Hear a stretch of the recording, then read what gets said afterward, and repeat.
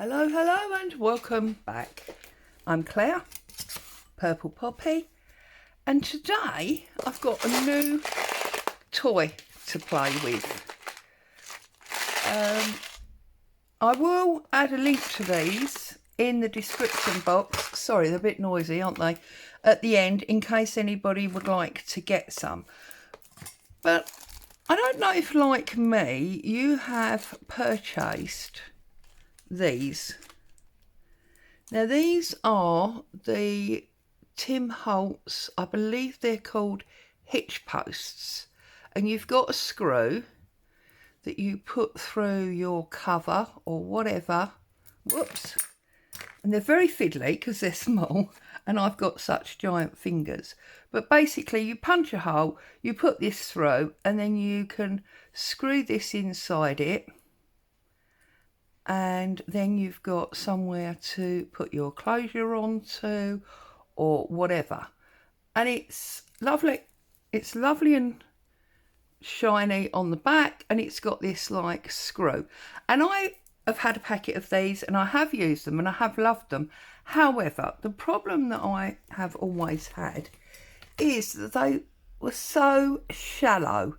There wasn't much depth to them. And whilst they're great to use for closures, also, like most Tim Holtz things, unfortunately, whilst they are wonderful, they are quite expensive.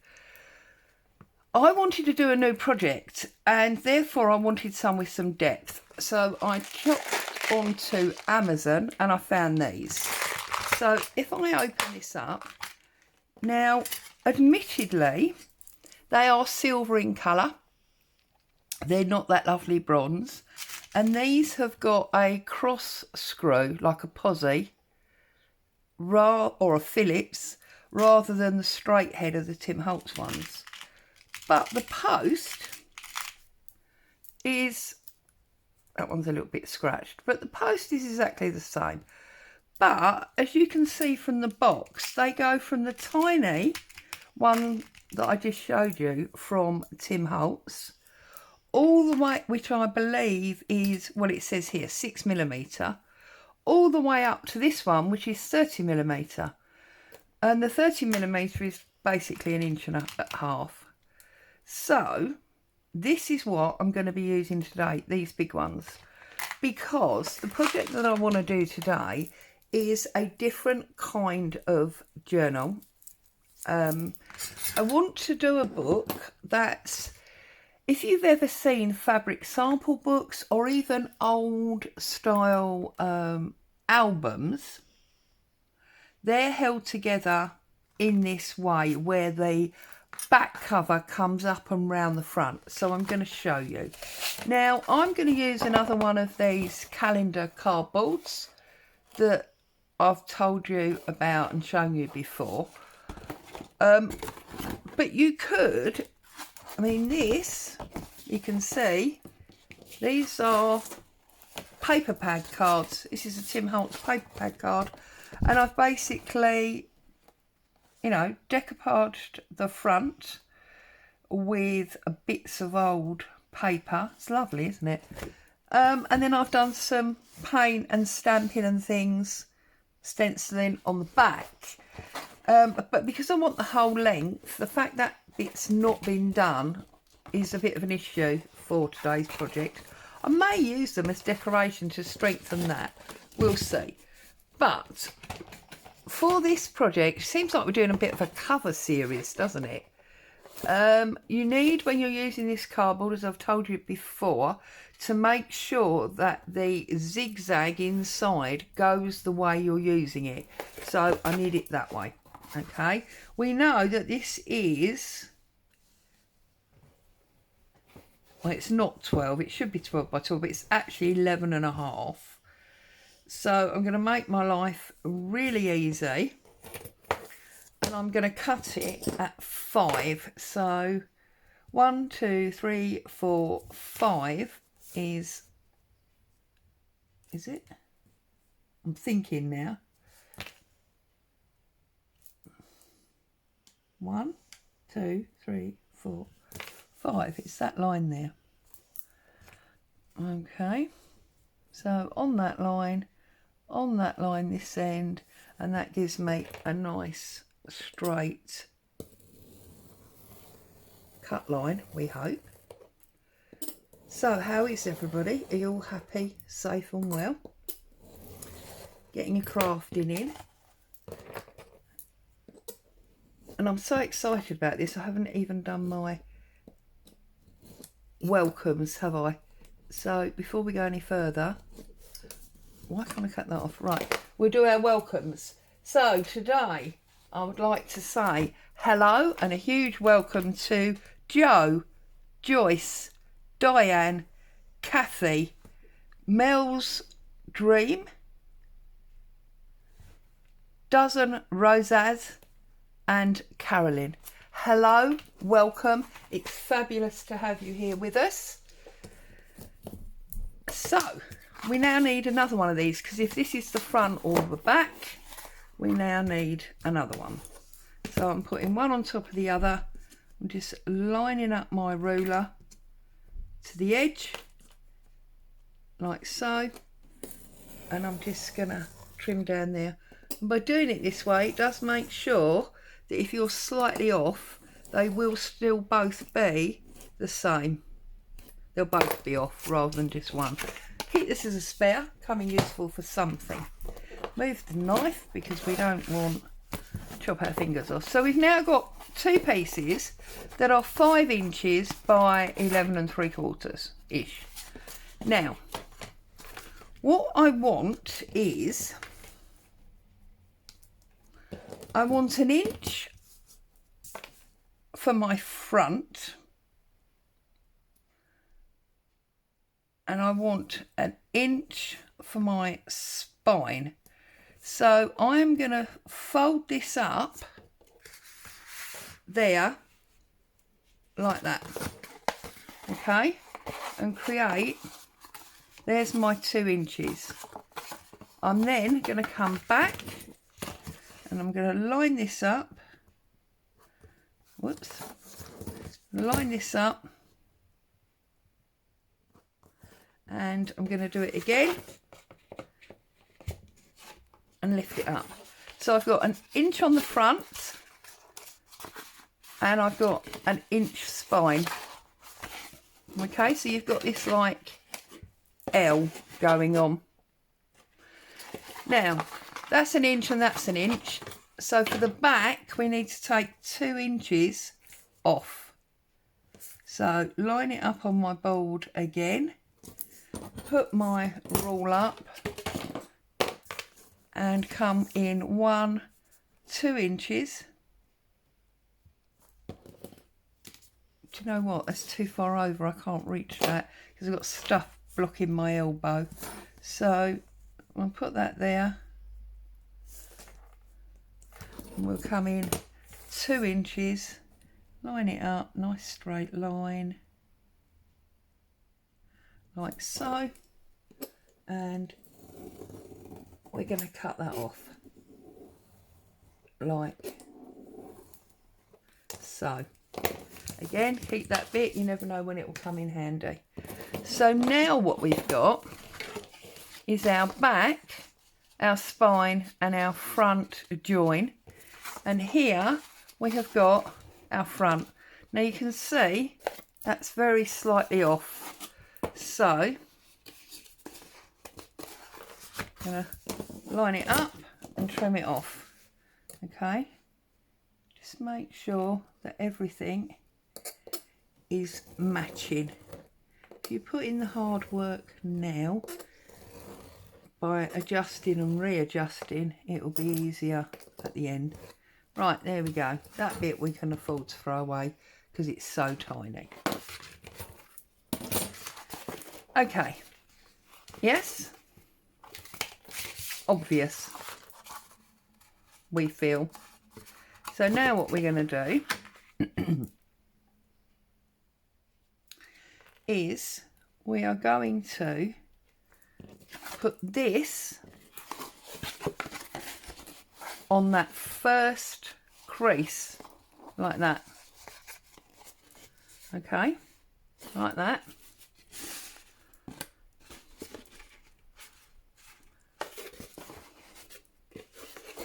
Can you see what I'm doing?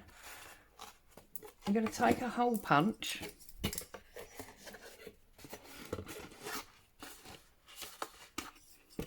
I'm going to slide this all the way and punch, holding it still firm. Slide it all the way and punch, and then hopefully you've got those on exactly the same line. And then what we're going to do is we're going to put the bottom into the crease. We're going to line this up with this hole like that, and we're going to punch, and we're going to do it again, and we're going to line it up, and we're going to punch. Okay, so this is what it should look like now. You should have one in your front, one in your back, and then one in here. So that all lines up and can be posted together with these. So then take one of these, pop it through there, pop it through there. Take one of your little screws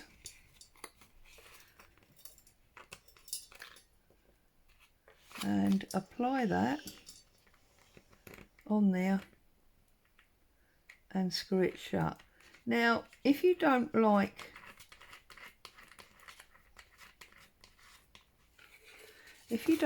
looking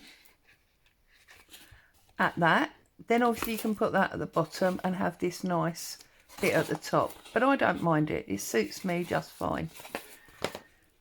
And then take another one, do exactly the same thing, and there, without any sewing, because I know lots of people don't like sewing, we have got a well held together journal. It's definitely not going anywhere. And obviously there's no pages in it at the moment, but look, just like that. Okay, so then what we do now is we hold this up here as our ruler and we bend our front. Okay, because now you can open that up and see all of your pages in the middle. Yeah, really simple, really easy. And obviously all the papers that you want to put inside, I mean, this is a misprint, but let's just pretend this is one of the papers that we're going to put inside. So we will come along and we'll go 1, 2, 3, 4. Actually, these are 8 1/4, aren't they? So you can just fold this in half, like so. Okay. You can tear that. Then work out your size. Now remember, you need to go right up to that join. So there's our size there. So we come in a little bit if we don't want it to actually reach the end, like so. And then you can simply open it up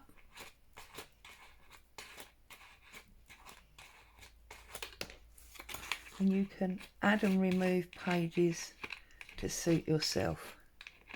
So we lift that off, take our cover off. We obviously need holes in here. Now you could just eyeball it, but my argument would be don't eyeball it, put them on and give them a little press so you know where they should be. Yeah, so we got one going there and one going there. I think I've done that out of line because obviously I'm working quickly on video with you guys. Yeah, look, it needed to be a little bit further over, but you understand the principle. I think I've done that right now. Yeah, there you go. So that will, well, it's still a bit off. Shall I do this properly? Okay, so do the other end. Put this under here, line it up. This is what I would do normally. Line this up so you know where you're going. Okay, take your pencil, draw a little circle, draw a little circle, then punch over those, and that will ensure that your holes are where you want them to be. That on there, and that on there, you see? That's because there's a pencil underneath. And then obviously you can put your cover back on. You can put your closure on, and then you can just do those back up.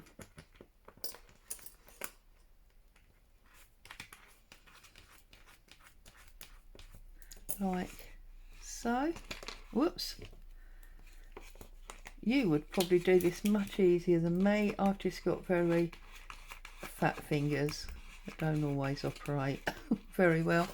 And then obviously you've got all that space to fill. It's a good inch, we know that. And then you can open it up, and here are your pages. So you've got a long thin book for a change instead of a narrow tall one. So there you go. Interesting, different slant on how to make a cover. And as I say, you can either decorate this up, or you could use a masterboard like this and cover that up like that. So we would line this up. You can measure it if you'd prefer, and then obviously draw round that like so.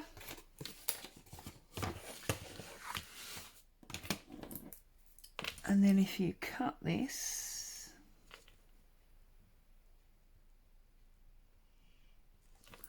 along there,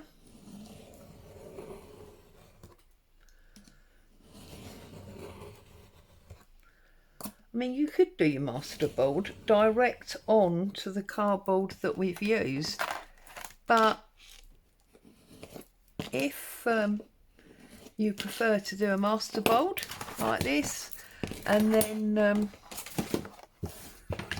apply that, there's no reason you can't do that either. So just go across there.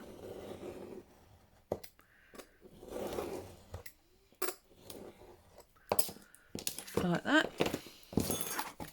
And then this, a little trim there. This becomes our front cover, like so. And of course, we've added extra strength to that. That's actually beautiful. I'm definitely going to stick that on there. So I'm simply going to add some glue. Now this is wood glue, PVA wood glue. I like using this. It's very, very strong. And obviously dries clear.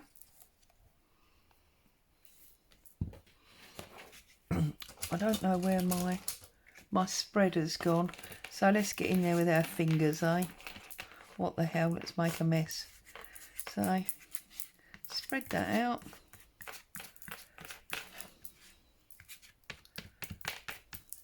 Like so. And then you can apply that onto there.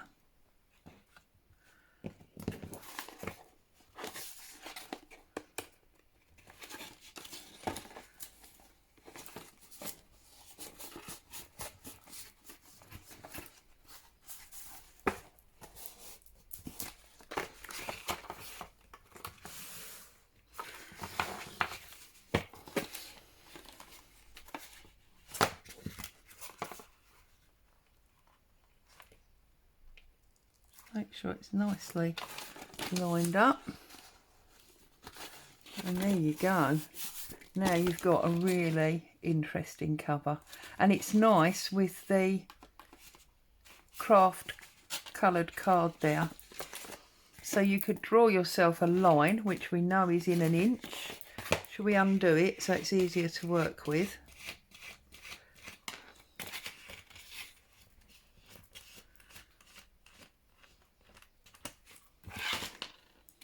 Take those out. So that's the front cover. It needs a little bit of a trim, but we can deal with that, of course. Get rid of those.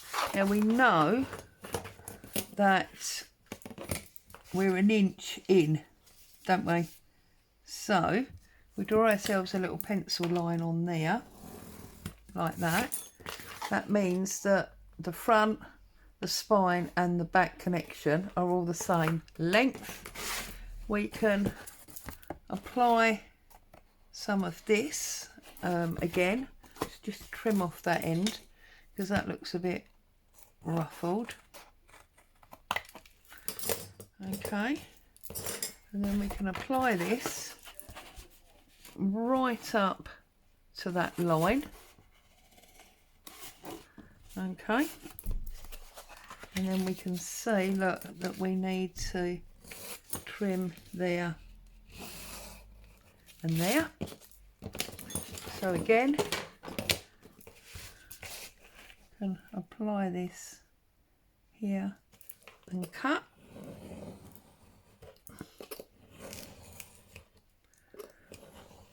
Like so.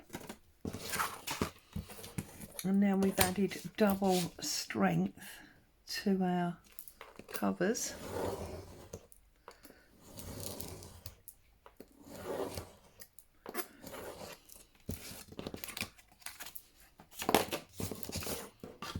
So now this one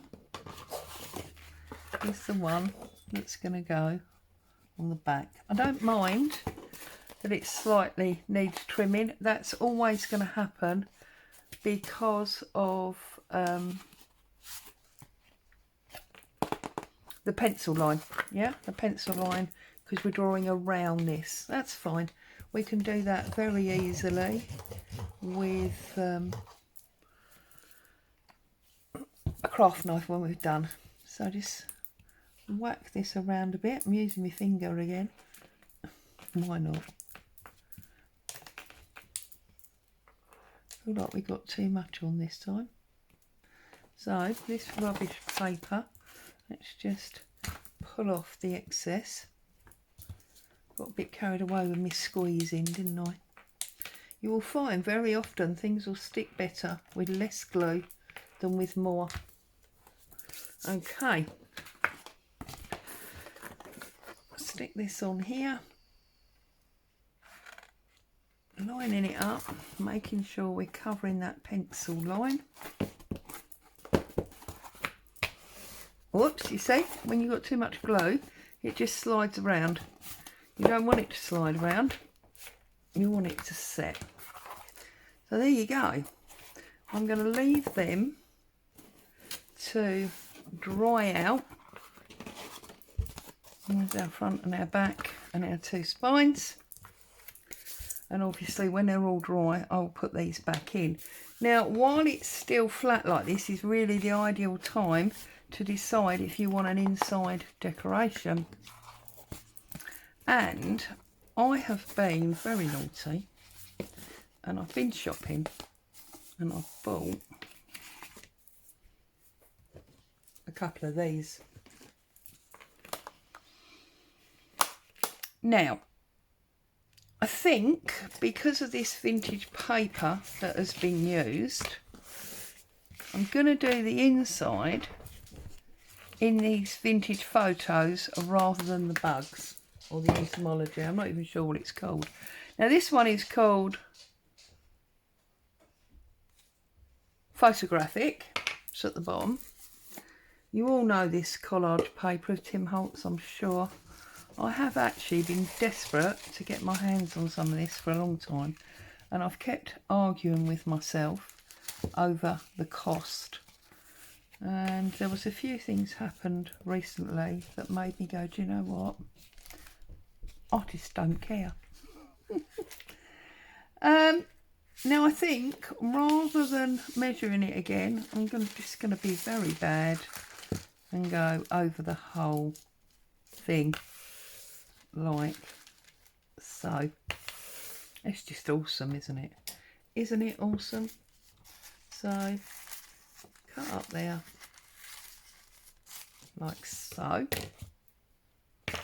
Don't put it on that paper that you've just wiped all that glue on, Claire. That would be devastating, wouldn't it? Because it is only tissue paper. And I'm actually going to use that glue that I wiped on this piece of paper, and I'm going to create a sticky area to put my paper onto. And see, I'm not putting a lot because I'm digging it off of this paper. Okay, and I'm just going to line up the top like so, and just press that down like so. Okay, then come back to where we haven't got any. I'm going to put a little bit on, and I'm just going to spread it around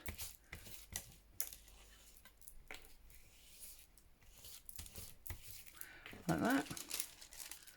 I'm going to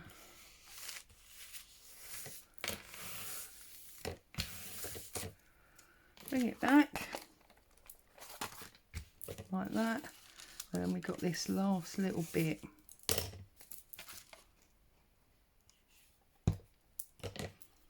And I think because we are recreating a vintage type photo album, it makes sense that we've got this photographic collage paper in there.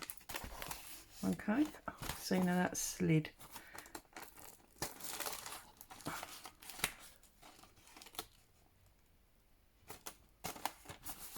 There we go. So set this aside now to completely dry, and then when it's dry I can trim round and join it all back together. So we'll put that one up there, and then we'll just quickly do this one. So we need to cut another piece of this, and it just makes me so happy. Just love it. I'm tempted to just do that actually.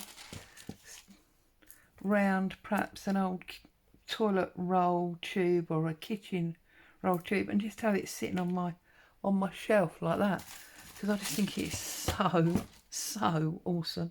I know I'm sad, I can't help it. So a little bit again, remember, spreading this out.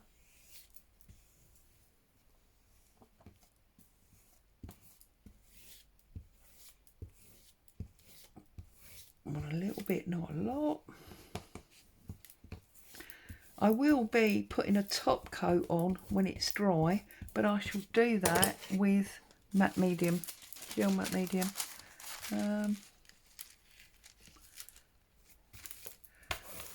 Press it home, pick it up, and obviously if you don't have this decorative paper, which I totally understand because it is very expensive despite being awesome, you can do this with napkins. Napkin would work in exactly the same way. Or if you've got plenty of stamps, take the middle out of a napkin. I'm sure I've mentioned or shown this before, or you might have seen other people do it. Take the centre out of the napkin, one of the plain white bits, and do your own random stamping I mean, it's harder with photographs because obviously you don't have stamps that sort of generally look like photographs. But this one, the entomology one, is basically the field note stamps. Look. So you could use your field note stamps or something similar and just stamp onto the centre line, you know, the centre layer of a napkin, and that would work just as well, really, to be honest with you. And I do think that potentially one of the reasons we buy all of these stamps and the like is to make our own versions of these things. Because if you're going to buy this, you don't need to buy the stamps, do you, I suppose? Anyway, I'm waffling. So, there you go. That is what I have done today. I've done an alternative cover. We'll do it that way so we can see inside and out as we fade out. And then we will be putting our bolts through. As I say, I'll put a link, but if you're looking for these, you can simply search, believe it or not, book binding studs, and you'll find these come up. As always, thank you so much for joining me. Hope there's been some joy and inspiration for you there. Alternative ideas. Stay safe. I'll see you soon. Bye bye for now.